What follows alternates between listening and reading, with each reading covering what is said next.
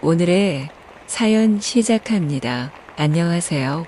연애에 대해 진지하게 읊어보고 싶어서 문을 두드리는 남성 청취자입니다. 저는 삼촌의 전 애인과 사귀고 있습니다. 그녀는 삼촌이랑은 2년 전에 헤어졌고 그 뒤에 솔로로 지내다가 저와 다시 연락이 닿아서 사귀기 시작한 것입니다. 애초에 삼촌과 연애할 때부터 저까지 합쳐 셋이서 만나는 일이 잦았고 그녀와 저는 나이 차도 많지 않았기에 삼촌보다는 오히려 저와 이야기가 더 잘 통했습니다. 삼촌은 이런 상황을 어느 정도 눈치를 채면서 자신이 살짝 소외감을 느끼고는 있었지만 일이 이렇게까지 될 줄은 아마 몰랐을 것입니다. 어떻건 삼촌과 결혼까지 약속했던 그녀가 결국 파혼한 것은 저 때문은 절대 아닙니다. 더구나 삼촌과 헤어지고 몇 년 세월이 흐른 후에 우리가 연애를 시작했으니 알리바이도 충분하고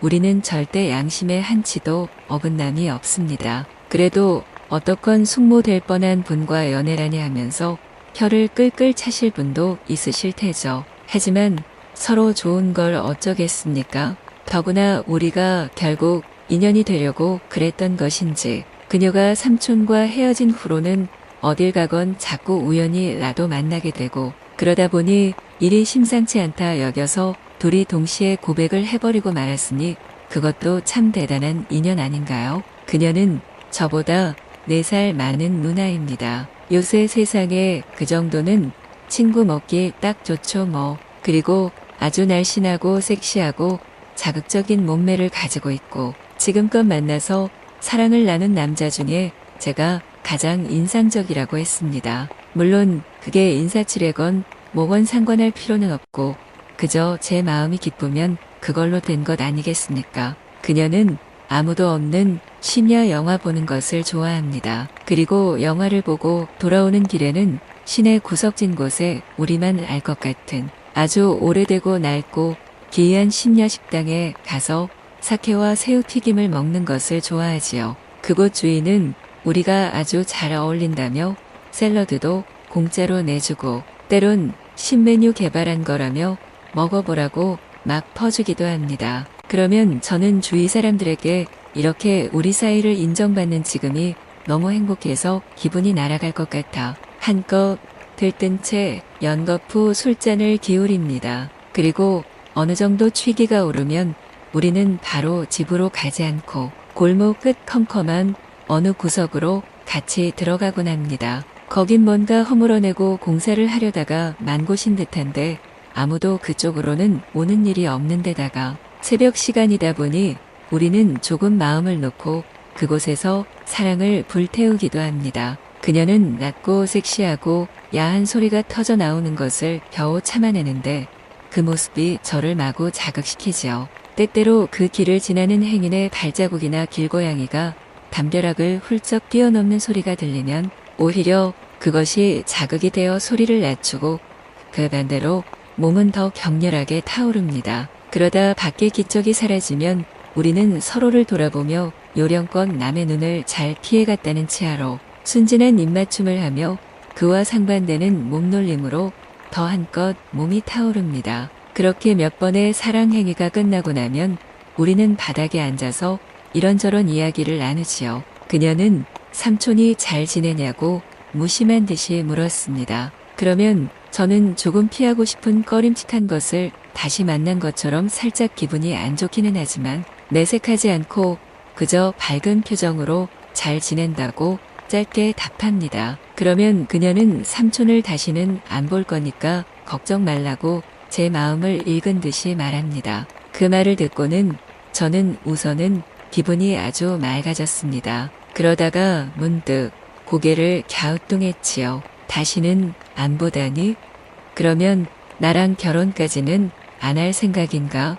결혼하면 당연히 삼촌이건 누구건 서로 왕래도 하고 인사도 하고 명절에건 가족 행사에서건 만나야 할 텐데 그럼 나와는 연애로만 끝내겠다 이건가?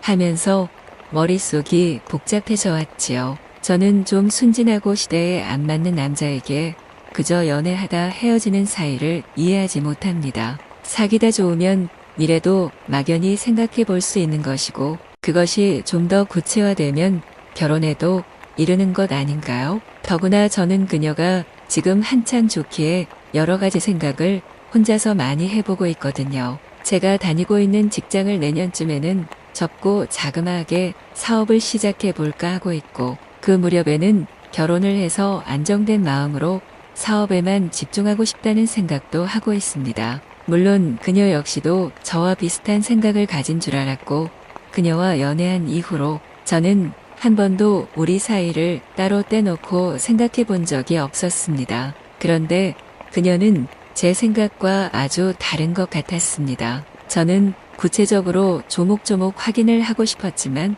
어쩐지 그녀에게 웃음거리가 될까봐 이러지도 저러지도 못하고 그날은 집으로 돌아왔습니다. 집에 와서 자려고 누우니 도저히 마음이 안정이 안 되더군요. 그녀가 삼촌에 대한 미련 따위는 전혀 없는 것은 알겠는데 저랑 결혼까지는 생각을 안 하고 있단 것을 확인하고 보니 뭔가 엉뚱한 방향으로 제가 확 밀려 나가버리는 기분이 들었습니다. 그리고 마음 한편에서는 애써 부정하고 있었지만 삼촌이 아직도 그녀를 못 잊고 있다는 것도 떠올랐습니다. 삼촌은 저보다 12살 많지만 근래에 보기 드문 꽃중년입니다. 40대 중반이긴 한데 배도 하나도 안 나오고 아주 근육질 몸매, 키도 크고 젊은 여자들도 엄청 많이 따릅니다. 그리고 최종적으로 삼촌이 정착하려던 여자가 그녀였습니다. 삼촌은 연애에 대해 아무것도 모르던 제게 연애 상담을 많이 했었고